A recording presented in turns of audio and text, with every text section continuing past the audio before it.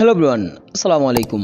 এই ভিডিওতে আমি আপনাদের সাথে তুলে ধরার চেষ্টা করব পরিবহন সেক্টরে কিংবা পরিবহন ব্যবসাকে যারা করে থাকেন কেন রাজনীতির বিকল্প নেই কিংবা রাজনীতি ছাড়া পরিবহন ব্যবসা কেন নিরাপদ নয়, আপনাদেরকে এই বিষয়ে ধারণা দেওয়ার চেষ্টা করব। দেখুন, এখানে সাধারণ কথা হচ্ছে, আপনারা যদি অন্য কোনো ব্যবসা করে থাকেন তাহলে সেখানে আপনাকে রাজনীতি না করলেও চলবে, কিন্তু পরিবহন ব্যবসা হচ্ছে এমন একটি বিজনেস যেখানে আপনাকে রাজনীতির বিকল্প নেই কিংবা রাজনীতি আপনাকে বাধ্যতামূলক এখানে করতেই হবে। দেখুন, আমরা যখন পড়ালেখা করি তখন আর কি শিক্ষা ক্ষেত্রে অন্য ব্যবসা বাণিজ্য সম্পর্কে কিছুটা বইয়ের পাতায় নলেজ থাকে, যার কারণে সেগুলো আমরা আর কি খুবই ইজিলি করতে পারি। কিন্তু পরিবহন ব্যবসা হচ্ছে এমন একটি বিজনেস যেখানে বইয়ের পাতাও আপনারা কোনো নলেজ পাবেন না, যার কারণে আমাদের দেশের সাধারণ জনগণরা চাইলেও আর কি এই বিজনেসটি সহজে শুরু করতে পারে না, কিংবা কেউ যদি সাহস দেখিয়ে শুরু করে তাহলে পূর্বের অভিজ্ঞতা না থাকার কারণে খুব বেশি একটা দ্বারা আগাতে পারে না। এখন এখানে আমি আপনাদেরকে কিন্তু এর আগেও অনেক ভিডিওতে বলেছিলাম যে বাংলাদেশে এমন বহু নামি দামি বাস কোম্পানি ছিল যেগুলো আর কি আইডিয়া কিংবা ঠিকঠাক মতো যাত্রী সেবা না দেওয়ার কারণে কি আর কি নাম করা বাস কোম্পানিগুলো কিন্তু বন্ধ হয়ে যায়। এবার বাংলাদেশে এমন কিছু বাস কোম্পানি রয়েছে যারা কিনা পূর্বে স্বাধীনতার আগে থেকে কিংবা এখন পর্যন্ত তারা বেশ ভালোভাবে পরিবহন ব্যবসা করে যাচ্ছে, কিংবা বর্তমান সময়ে বলতে গেলে এই সমস্ত বাস কোম্পানিগুলো খুবই নামি দামি কিংবা দেশের সমস্ত দামি বাসগুলো কিন্তু তারাই চালিয়ে থাকে।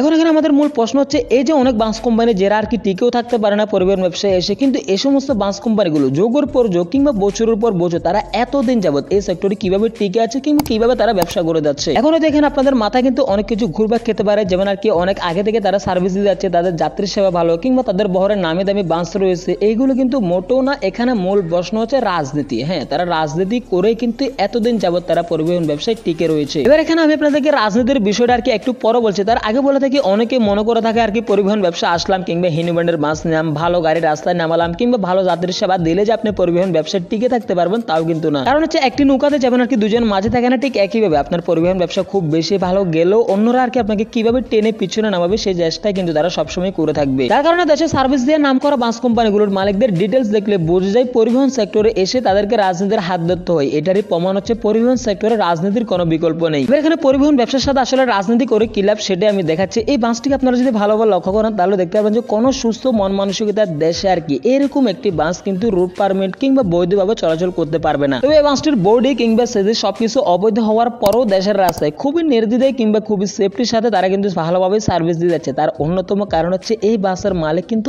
অনেক বড় রাজনীতিবিদ। আসলে এটাই হচ্ছে পরিবহন ব্যবসার সাথে রাজনীতি করার মূল একটি পাওয়ার, যেখানে ভারতীয় একটি সেজের উপর ডাবল ডেকার বাস নির্মাণ করা বাংলাদেশের আইন অনুযায়ী পুরোটাই অবৈধ কিংবা ডাবল ডেকারের সেজেসও না। তারপরও এমন ভারতীয় দুর্বল কিংবা ফালতু সেজের উপর এরকম একটি ডাবল ডেকার বাস অবৈধভাবে নির্মাণ করে, যেটার কি সাধারণ যাত্রী কিংবা জনগণ কিংবা যে কোনো সময় এই বাসটি যার দুর্ঘটনার শিকার হবে না তাও কিন্তু কোনো গ্যারান্টি নেই। এখানে এবার এটাতে গেলে আর কি দেশে অবৈধ বাসগুলো কিভাবে রাজনীতির পাওয়ারে বৈধভাবে চলাচল করছে তার একটি ছোটখাটো বিস্তারিত বলতে পারেন। এবার দেশের নাম করা বাস কোম্পানিগুলো আর কি কিভাবে রাজনীতির পাওয়ার দেখায় সেটা আপনাদেরকে দেখায়। এবার এখানে বাংলাদেশের সবচেয়ে বড় বাস কোম্পানি হানিব্যান্ডের বাস 20 থেকে 25 বছর আগে তাদের একটি হিনুব্যান্ডের বাস রেজিস্ট্রেশন হয়, এবং কি সেই রেজিস্ট্রেশনের নাম্বার অনুযায়ী বর্তমান সময়ে 2024 সালে এসেও নির্দ্বিধায় 2 থেকে 3টি বাস কিন্তু অবৈধভাবে সার্ভিস দিয়ে যাচ্ছে। এবার আমাদের দেশের পরিবহন সেক্টরে কিংবা বাস মালিকদের এই সমস্ত অনিয়ম কিংবা অবৈধ বাসগুলো সম্পর্কে সাংবাদিকরা চোখে আঙুল দিয়ে সরকারকে দেখিয়ে দিলেও রাজনীতির কাছে এগুলো সামান্য তুচ্ছ একটি ব্যাপার। এবং ঠিক এই কারণে খোঁজ খবর নিয়ে দেখা যায় দেশের নামকরা বাস কোম্পানিগুলোর মধ্যে বেশিরভাগ বাস মালিকরাই কিন্তু রাজনীতিবিদ, যার কারণ হচ্ছে রাজনীতির ক্ষেত্রে আপনি একটু ভালো পজিশন কিংবা ভালো একটি জায়গা করে নিতে পারলেও বাস অবৈধ হোক কিংবা বৈধ হোক রাস্তায় আপনার বাস চলাচল করবে। তো আমি এখানে আশা করবো পুরো 4 মিনিট 30 সেকেন্ড ধরে পরিবহন সেক্টরে রাজনীতির কেন বিকল্প নেই কিংবা রাজনীতি কেন আপনাদেরকে বাধ্যতামূলক করতে হবে সেটা আপনাদেরকে বুঝাতে পেরেছি। কারণ এই ভিডিওটি দেখে আমার নিজের কাছেও মনে হচ্ছে আমাকেও রাজনীতি করতে হবে, কারণ সেই ভোর 4টা থেকে সকাল 7টা পর্যন্ত আমি কিন্তু একটা ভিডিও বানাচ্ছি। এখন যে আমি ভোর ঝাড়ুর পিঠে খাবো না তারও কিন্তু কোনো গ্যারান্টি নেই। তো যদি ভিডিওটি ভালো লাগে তাহলে অবশ্যই লাইক কিংবা সাবস্ক্রাইব করতে পারেন, পাশাপাশি এই ভিডিও সম্পর্কে আপনাদের মতামত শেয়ার করতে পারেন আমাদের ভিউয়ার্সদের মাধ্যমে যারা আর কি প্রতিনিয়ত আমাদেরকে কমেন্ট করে থাকেন। দেখা হবে নেক্সটে অন্য কোনো ভিডিওতে। আল্লাহ হাফেজ।